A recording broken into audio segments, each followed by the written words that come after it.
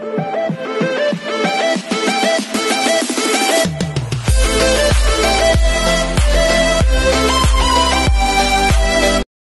everyone, this is KJM Vlogs, a Filipino actor based here in Kingdom of Saudi Arabia, and welcome back to my channel. Agad-agad gawa natin ito ng reaction video, ang trending girls na sina Isabel, Lexi, and Zephanie. So I won't take any longer. I'm really excited to watch this. Without further ado, let's start this video.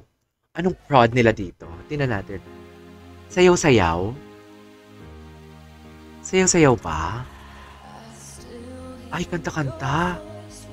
Ay, wait lang. Let me just pause this one. Ang gusto ko lang i-comment talaga si Kailin Alcantara. Bongga talaga ang kanyang kanta kanina, opening project together with Rita and Isabel. Ang ganda ng boses niya. Nagulat ako doon. Don't give in naman talaga na maganda talaga ang boses niya. Pero kanina talaga, gulat na gulat ako. Na, alam mo yung naiiyak din ako talaga sa kinanta nila. And ramdam mo yung puso. I have to be honest with you. Doon sa mga kumakalat na chika nga, yung binabalita nga sa mga chika chismis, di ba? Naniwala ako doon. Pero ngayon talaga, parang hindi ako naniniwala na ganun si Kailin. To be honest with you, parang before hindi ko siya bet, pero lately talaga, since siya sa Showtime, since na lumabas siya sa Showtime, doon ko siya nakita na, ay, ang perfect pala talaga nito ni Kailin, yung pagkatao niya, personality niya, baklang-bakla siya, and friends siya together with, if I'm not mistaken, ni na Heart Evangelista and Sara Labati. So basically talaga, mabait pala talaga itong batang to kasi kahit hindi niya ka-age, nakikita ko, pumaparty siya together with Heart. Ganon. Anyways, wala, share ko lang.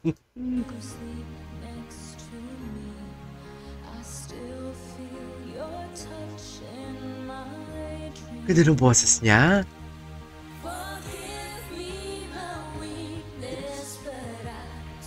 Parang si Britney Spears ang boses.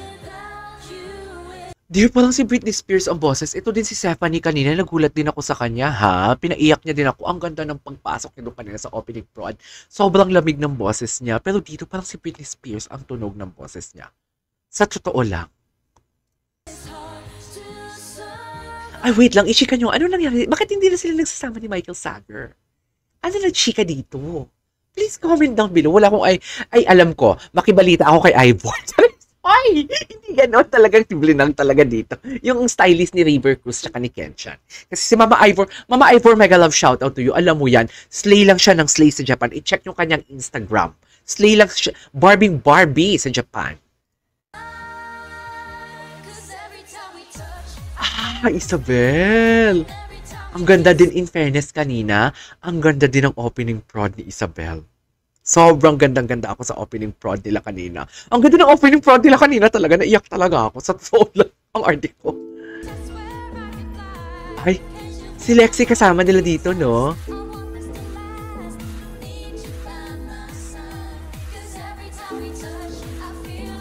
Okay, pak! Ayusin ko muna to, ha?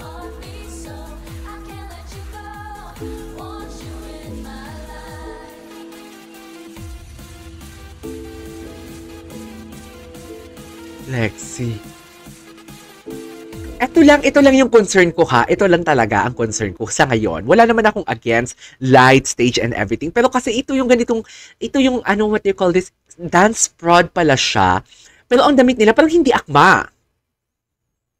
Or, ay hindi na kasi sila nagpapalit. Oo nga, hindi na pala sila nagpapalit.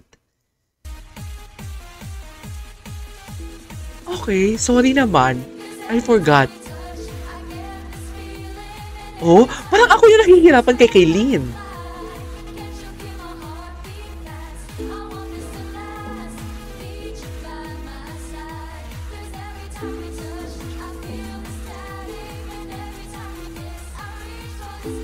Okay.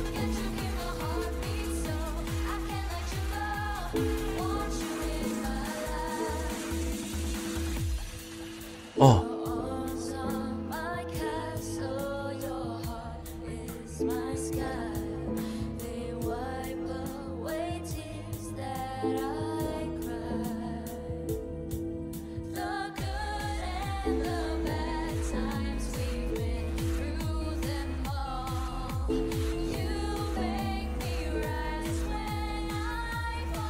Uy, ang ganda ng tunog. Huy, in fairness, alam mo, ina-expect ko doon may mga, alam mo yung hindi sila sabay or may kakapusin. Pero ang ganda ng tunog, dear. Hindi natin sila pwedeng ma-judge for today's video. This is the first time that I'll be reacting the OGs, something like trans something. Yung ganitong prod.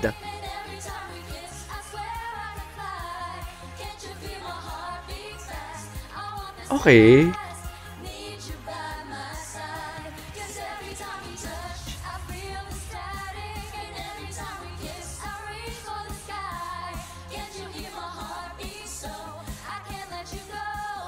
Okay.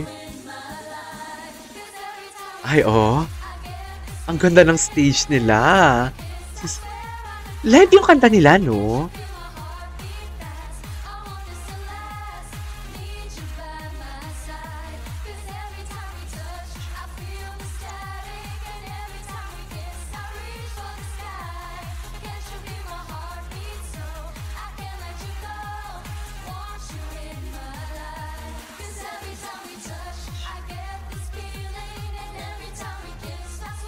Okay.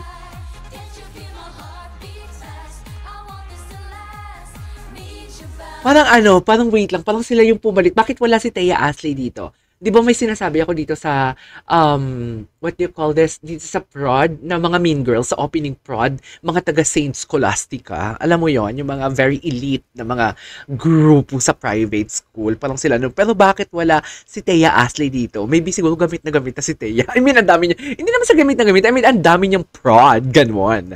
May queendom pa siya and everything. Tapos na. Yes! There you go guys, that is our for today's video. Ay, hindi ko alam kung anong tawag doon sa kanilang prod, but I really love it. Yun na yung concern ko kasi parang kasi hindi na pala sila nagpapalit ng damit. Tama ba ako? So hindi na sila nagpapalit ng damit kasi parang always, parang alam mo yung wala ng time kasi nanonood din sila sa prod ng mga kasama nila if I'm not mistaken.